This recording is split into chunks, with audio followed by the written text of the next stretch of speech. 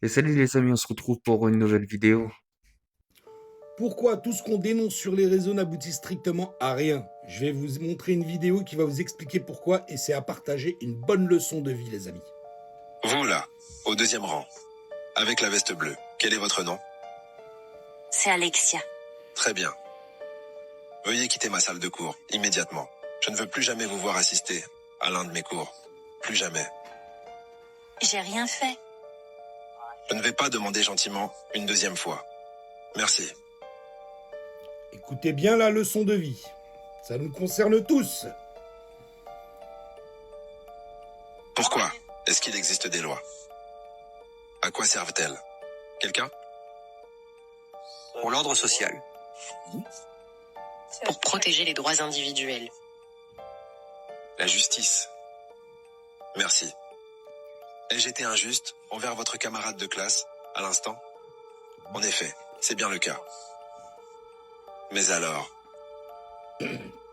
pourquoi absolument aucun d'entre vous n'a-t-il protesté? Pourquoi aucun de vous n'a essayé de m'en empêcher? Pourquoi n'avez-vous pas voulu empêcher cette injustice?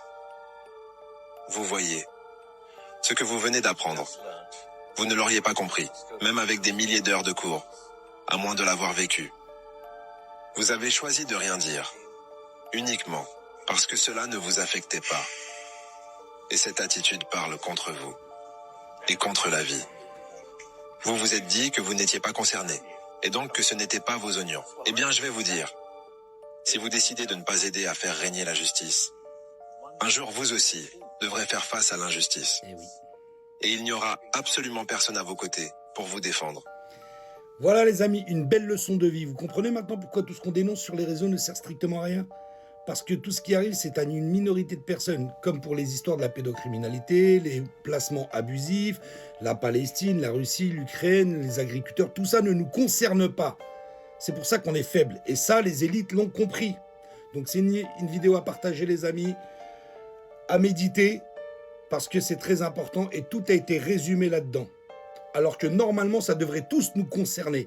Mais comme on n'est pas impliqué là-dedans, que ça ne nous concerne pas directement, on est faible. On n'est pas rassembleur, si tu vois ce que je veux dire. À bon entendeur. À bon entendeur, tant pis. C'est vrai que quand on regarde bien, en général, quand ça ne nous touche pas directement, etc., on n'agit pas vraiment. On attend souvent les dernières minutes ou quand ça nous concerne. Mais c'est un peu vrai que quand ça ne nous touche pas, bah, on n'agit pas. Ça y est, le Mercosur a été signé, on s'est bien fait baiser. Partage cette vidéo parce que je vais te montrer pourquoi il faut absolument pas que tu manges la viande qui vient de là-bas.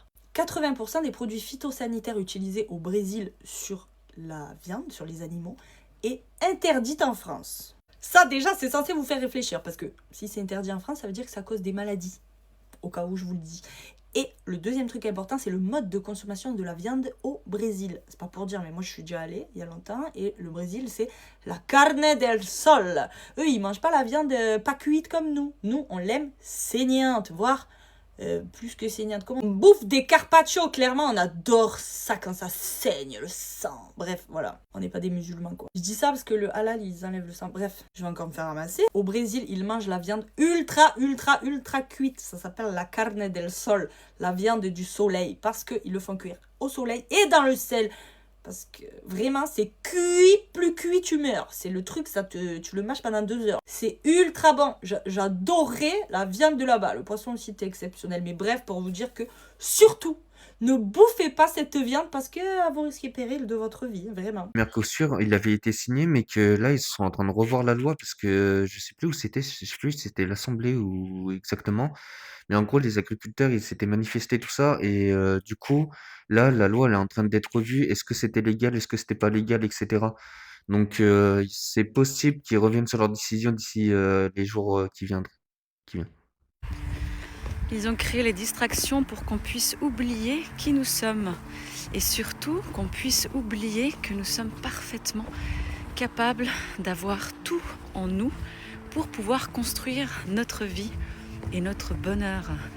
Les distractions, les réseaux sociaux, la technologie, les machines sont simplement créées pour qu'on puisse devenir de plus en plus sédentaire, de plus en plus bloqué face à l'utilisation de ça pour qu'on puisse faire diminuer l'activité de notre mental et donc faire diminuer notre énergie. Je vous invite vraiment à observer quand ça ne va pas dans votre vie, quand vous êtes fatigué ou quand vous êtes dépassé ou que vous vous sentez perdu. Est-ce que vous prenez soin de votre vie? Est-ce que vous prenez soin de votre cerveau? Si vous restez à la maison à checker Netflix et à swiper les réseaux sociaux constamment ou acheter de la malbouffe, vous êtes simplement dans ce putain de délire qu'ils ont créé pour que vous puissiez devenir un petit zombie. Donc il y a des choses très simples à pouvoir mettre en place pour prendre soin de vous. Mais effectivement, elles demandent de créer un minimum d'efforts. Pourquoi ? Parce qu'à la base, c'est pas censé être un effort, c'est censé être la logique. C'est censé être les bases d'un humain en bonne santé. Mais le problème, c'est qu'aujourd'hui, ils ont tellement tout modifié ça. Et quand je dis « ils », parce que souvent on me pose la question, c'est qui « ils » ? C'est les gouvernements, c'est ceux qui ont créé cette société et qui la manipulent. Il y a une élite qui existe, qu'on le veuille ou pas, et nous sommes des petits pions. Donc on peut être un petit pion concon ou un petit pion un peu plus intelligent et justement essayer de se souvenir quelles sont les choses indispensables, mais vraiment essentielles pour qu'un humain soit heureux. Et ce n'est pas d'avoir des likes, et ce n'est pas d'acheter la dernière Merco, et ce n'est pas des choses qui sont complètement inutiles et insensées. Je vous invite vraiment à réfléchir. On n'est pas encore dans cette nouvelle année, parce que non, c'est pas début janvier qu'on va déjà pouvoir switcher. Regardez la nature autour de vous, c'est l'hiver. Est-ce que vous observez autour de vous des bourgeons, des fleurs? Rien du tout, c'est sommeil. Et bien c'est pareil pour nous. Donc c'est maintenant qu'on peut justement ralentir pour observer qu'est-ce qui joue pas. Et est-ce que vous voulez continuer comme ça pour le reste de l'année ou est-ce qu'il n'y a pas 2-3 choses à pouvoir réajuster? À vous de jouer. C'est vrai qu'on avait déjà vu ça sur d'autres vidéos. En vrai, quand on reste trop chez soi, quand on est trop sur le réseau, quand on n'arrive plus à s'ennuyer, en fait, on fait plus rien du tout. On reste chez soi et on fait que scroller.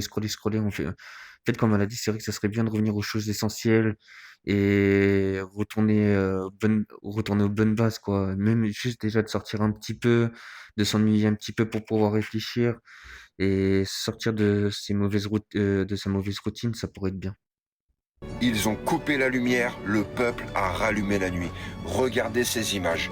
Le régime iranien a cru pouvoir éteindre la révolution en coupant la lumière et Internet. Grave erreur. Téhéran, donc, dans le noir complet. Les mollahs, en fait, ont voulu tout couper pour installer la peur et pouvoir réprimer en silence, mais regardez la réponse. Une marée humaine, entre 1,5 million et 1,8 million de personnes dans la rue. Et qu'est-ce qu'ils ont fait ? Eh ben, ils ont sorti leur téléphone pour transformer l'obscurité en lumière. C'est pas un concert, c'est un peuple qui dit « vous nous éteindrez plus jamais ».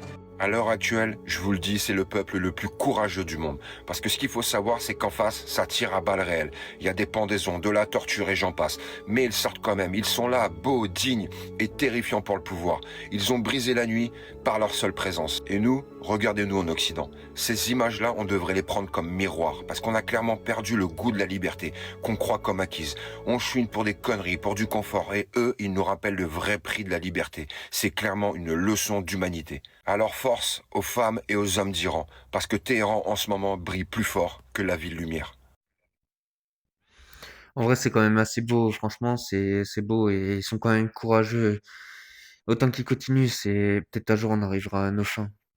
Moi j'ai une question, comment Michael Jackson, perfectionniste, a pu laisser passer ce connard-là faire ça dans le clip? C'est tout simplement parce que ce ne sont pas des danseurs. Michael était tellement perfectionniste qu'il a voulu choisir des gangsters. En 1983, et Michael Jackson sort la musique Beat It, une musique qui parle de fuir la violence, de ne pas choisir l'ego, mais de choisir la paix. À un moment où les gangs se battent énormément. Entre les Crips et les Bloods, il n'y a rien qui va. Et au lieu de choisir simplement des danseurs, avec Michael Peters, il a l'idée d'engager des gangsters. Pour ça, il va approcher ses gangs avec des personnes de son équipe, et ils vont dire oui, parce que c'est Michael Jackson. Donc si tu les vois mal danser, c'est parce qu'ils avaient quelques jours pour apprendre la chorégraphie. En plus, c'est des gestes assez simples, mais ils devaient imiter Michael. C'est pour ça qu'ils regardent vraiment en sa direction et qu'ils répètent les mêmes pas. Au début du clip, tu les vois s'affronter et petit à petit, la danse prend le pas sur l'affrontement. comme s'ils avaient choisi de plutôt danser que de se battre. En vrai, c'est courageux quand même de la part de Michael Jackson de les réunir, et cetera. Il aurait pu avoir des problèmes quand même, mais j'ai trouvé ça assez stylé et je pense qu'il a bien fait. Peut-être que ça a pu régler des petits soucis, on sait pas. Tout le monde connaît BlackRock. Tout le monde pointe du doigt Larry Fink. Mais aujourd'hui, nous allons descendre un étage plus bas, là où la lumière ne pénètre plus, dans les abysses du système financier mondial. Car BlackRock n'est que la partie émergée de l'iceberg. Si vous regardez les principaux actionnaires de BlackRock, un nom revient systématiquement en haut de la pyramide. Vanguard. Mais alors, la question que personne ne pose, celle qui dérange le système, est la suivante. Qui possède réellement Vanguard ? Contrairement à BlackRock, Vanguard n'est pas cotée en bourse. C'est une société privée avec une structure unique au monde. Elle appartient à ses propres fonds d'investissement qui appartiennent eux-mêmes à leurs clients. C'est une boucle parfaite, une entité fantôme qui gère plus de 8 000 milliards de dollars sans que l'on puisse identifier un seul propriétaire humain. C'est ce qu'on appelle la propriété circulaire. Vanguard possède BlackRock et BlackRock possède des parts dans les entreprises qui financent Vanguard.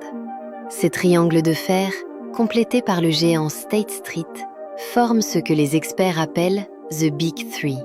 Ensemble, ils contrôlent plus de 20 000 milliards de dollars. Pour vous donner une idée de l'échelle, c'est presque le produit intérieur brut total des États-Unis. Ils ne sont pas seulement riches, ils sont l'infrastructure même de notre réalité. Ils sont les premiers actionnaires d'Apple, de Microsoft, de Pfizer, de Coca-Cola et de la quasi-totalité des grands groupes médiatiques qui façonnent votre opinion chaque jour. Mais le vrai pouvoir n'est pas l'argent, c'est le droit de vote. À chaque assemblée générale, Vanguard vote au nom de millions d'épargnants qui ne savent même pas qu'ils possèdent ces actions. Ils décident du choix des PDG, des fusions-acquisitions et des trajectoires idéologiques de l'économie mondiale. Ils influencent les politiques climatiques, les réformes sociales et les avancées technologiques de chaque multinationale sur cette planète. Le fondateur de Vanguard, Jack Bogle, voulait initialement aider les petits investisseurs en créant des fonds à bas coût. Mais il a involontairement créé un Léviathan, un système automatisé où une poignée de gestionnaires de l'ombre possède un droit de veto sur l'avenir de l'humanité. Pourquoi personne n'en parle sur les plateaux télévisés ? Parce que Vanguard possède aussi les chaînes de télévision. Pendant que les populations se battent pour des idéologies, des couleurs politiques ou des frontières, ce colosse silencieux absorbe chaque parcelle de propriété. De l'eau que vous buvez à l'énergie qui éclaire votre maison, en passant par les algorithmes qui dictent vos pensées sur les réseaux sociaux, tout mène à Vanguard. Le danger n'est pas une personne physique, mais ce système de propriété anonyme. Si demain une crise majeure éclatait, Vanguard serait là pour racheter ce qu'il reste à prix cassé. Nous vivons dans une matrice financière où la notion de propriété privée individuelle est en train de disparaître au profit d'une gestion centralisée et opaque. Si vous voulez comprendre pourquoi le monde semble suivre une direction unique, ne cherchez pas chez les politiciens. Cherchez chez ceux qui possèdent les politiciens, leurs campagnes et leurs futurs postes de consultants. Vanguard ne cherche pas la célébrité, elle cherche le contrôle total par l'omniprésence. Et tant que cette boucle de propriété circulaire existera, le sommet de la pyramide restera protégé par un mur de chiffres et de vide juridique. La question n'est plus de savoir si vous pouvez sortir du système, mais si vous êtes conscient de qui tient les clés de la porte. Le réveil est brutal, mais nécessaire. Abonne-toi, car nous ne faisons que gratter la surface de la vérité. Et voilà, ceux qui tiennent vraiment le système, et, enfin du moins en partie parce qu'il y en a d'autres. Et voilà ceux qui ont tué les vaches, les veaux dans notre agriculture. Et voilà ceux qui tentent de reprendre les terres françaises et qui tentent de foutre en partie la merde en France. Il y a une grande partie c'est eux et il y en a c'est d'autres. Mais si vous avez envie, on pourra approfondir ce sujet dans d'autres styles de vidéos. C'est officiel, l'OTAN est morte. Le mythe de l'Alliance Atlantique vient d'exploser. On n'est plus des alliés, on est clairement des rivaux prêts à se sauter à la gorge. Alors l'info est tombée via Reuters et c'est une bombe franchement. La France, l'Allemagne et d'autres pays européens travaillent en urgence pour une réponse coordonnée contre les États-Unis. Pourquoi? Parce que Trump menace concrètement de prendre le contrôle du Groenland par la force. Donc vous avez entendu ce que je dis, Paris et Berlin préparent peut-être des plans de guerre économique ou militaire, on ne sait pas encore, contre Washington. Alors on est clairement chez les fous. Parce que l'OTAN, qui est normalement censé nous protéger contre la Russie, la Chine soi-disant, et ben là, en 2026, le danger numéro 1 pour l'intégrité territoriale de l'Europe, et ben ce sont les États-Unis. Trump, lui, veut annexer le territoire d'un membre de l'OTAN, le Danemark, et les autres membres, eux, préparent la riposte. Ce n'est plus une alliance, c'est clairement un panier de crabes. Alors il aura fallu que Trump menace de voler une île pour que les Européens enfin se réveillent. Ils comprennent que l'oncle Sam, en fait, pour lui, on n'est pas des partenaires, mais juste un buffet à volonté. Et moi je te le dis, si Trump pose un orteil au Groenland, c'est la fin de l'Occident tel qu'on le connaît. En fait, je comprends pas pourquoi ils font tous ces problèmes. En vrai, ils s'entêtent à vouloir prendre des terres de façon qu'ils n'ont pas à faire, etc., à faire n'importe quoi. Mais tout ça pour rien, à part pour faire des problèmes. Franchement, je vois pas d'autres raisons à part pour faire des problèmes. Est-ce que tu savais qu'au Japon existe l'île des démons, Onigashima? À Shikoku, à quelques minutes de Takamatsu, il existe une île avec une plage paisible qui s'appelle Megijima, mais elle est surnommée Onigashima, l'île des démons. Et je vais t'expliquer pourquoi. On raconte que c'est sur cette île que vivaient les démons. Ils ont construit leur repère dans une grotte. Cette histoire vient d'une histoire très célèbre au Japon, celle de Momotaro. Suis les pierres en forme de démons qui vont te guider vers la grotte des Oni, c'est-à-dire des démons. Tu peux prendre le bus, mais je te conseille d'y aller à pied parce que le chemin traverse la montagne, passe près d'un temple avec la vue sur la mer et ça te permet de découvrir l'île autrement. Et tout en haut de la montagne, tu arrives dans une grotte où on disait autrefois que les démons vivaient ici. Ils descendaient sur la côte, pillaient les villages et capturaient les habitants, jusqu'au jour où un jeune garçon, Momotaro, décida de les combattre. Il a traversé la mer pour affronter les démons de cette île. Après une longue bataille, Momotaro les a combattus et les démons ont disparu. Aujourd'hui, tu peux visiter cette grotte qui garde encore les traces de ces démons. Mais cette histoire vient d'un fait réel. En fait, ces démons, c'est une métaphore pour représenter un ancien peuple qui ont été chassés pour des raisons politiques. Avec leur temps, leur mémoire est devenue la légende de Momotaro. Cette île est très peu touristique avec une plage merveilleuse, alors n'hésite pas d'y passer. Ça, c'était le petit moment culture stylé en vrai. Pour les gens qui sont venus faire du tourisme, je trouve ça assez joli. Ok, stop, arrêtez tout. L'année 2026, elle va commencer avec une malédiction de malade et ça a même pas commencé encore. On vient de découvrir un truc caché sous le sable en Égypte et on n'aurait pas dû y toucher. En fait, il y a un archéologue allemand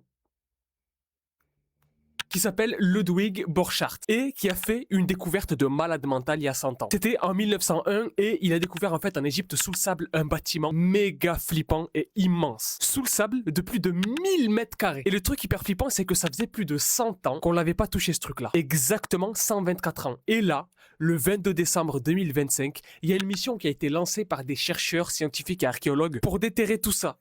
Mais il faut pas.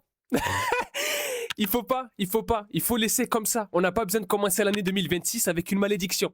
On n'a pas besoin. Est-ce qu'on va découvrir une momie? Est-ce qu'en dessous, on va découvrir une centrale extraterrestre, etc. J'en sais rien. Mais en tout cas, moi, je pense qu'on ne devrait pas y toucher. Voilà. Parce que on va très mal commencer l'année 2026 sinon. Alors likez ce TikTok si vous voulez commencer l'année 2026 normalement. Partagez ce TikTok à tous vos contacts pour que eux aussi puissent commencer l'année 2026 de la meilleure des manières. C'est assez curieux, j'aimerais bien voir ce qu'il y a à l'intérieur parce qu'il commence à se passer pas mal de choses assez cheloues et tout. À ce qui paraît, ils ont trouvé une structure en dessous des pyramides qui serait de plusieurs mètres ou kilomètres, je sais plus.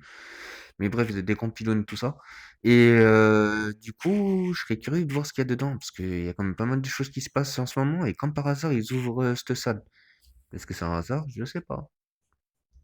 Tu savais qu'on a tous dans nos yeux une zone totalement aveugle? Regarde, on va faire une expérience ensemble et tu vas voir, c'est bluffant. Regarde bien l'écran. Tu vois cette croix à gauche et ce rond à droite? Parfait. Commence par fermer ton œil gauche et regarde le X avec ton œil droit. Maintenant, approche ou éloigne doucement ton téléphone de ton visage jusqu'à ce que le rond rouge disparaisse. Si tu bouges légèrement, il revient, mais à cette distance magique, il s'efface totalement. Et ça, c'est ta tâche aveugle. C'est littéralement un angle mort qui existe dans tes yeux depuis toujours. En fait, c'est l'endroit exact où ton nerf nerf optique quitte ton œil pour aller se brancher dans ton cerveau. Et ici, il n'y a aucun capteur de lumière, zéro, tu es littéralement aveugle. Alors pourquoi tu vois pas en permanence ce gros trou noir dans ta vision? Eh ben parce que ton cerveau a un pouvoir. Il analyse tout ce qu'il y a autour, les textures, les couleurs, les formes, et il invente l'information manquante pour combler le vide. Un peu comme l'outil remplissage sur Photoshop. Il crée littéralement la réalité à partir de rien. Et c'est pour ça que tu ne verras jamais ce point noir dans ta vie de tous les jours. Et franchement, je trouve ça trop fort. Et si tu aimes en apprendre plus tous les jours, eh ben abonne-toi. Après, j'avais déjà vu ça un peu plus jeune, mais j'avais trouvé ça assez surprenant en vrai. Et du coup, et ce serait tout pour aujourd'hui. La vidéo est finie. Je vous dis une bonne journée et une bonne soirée.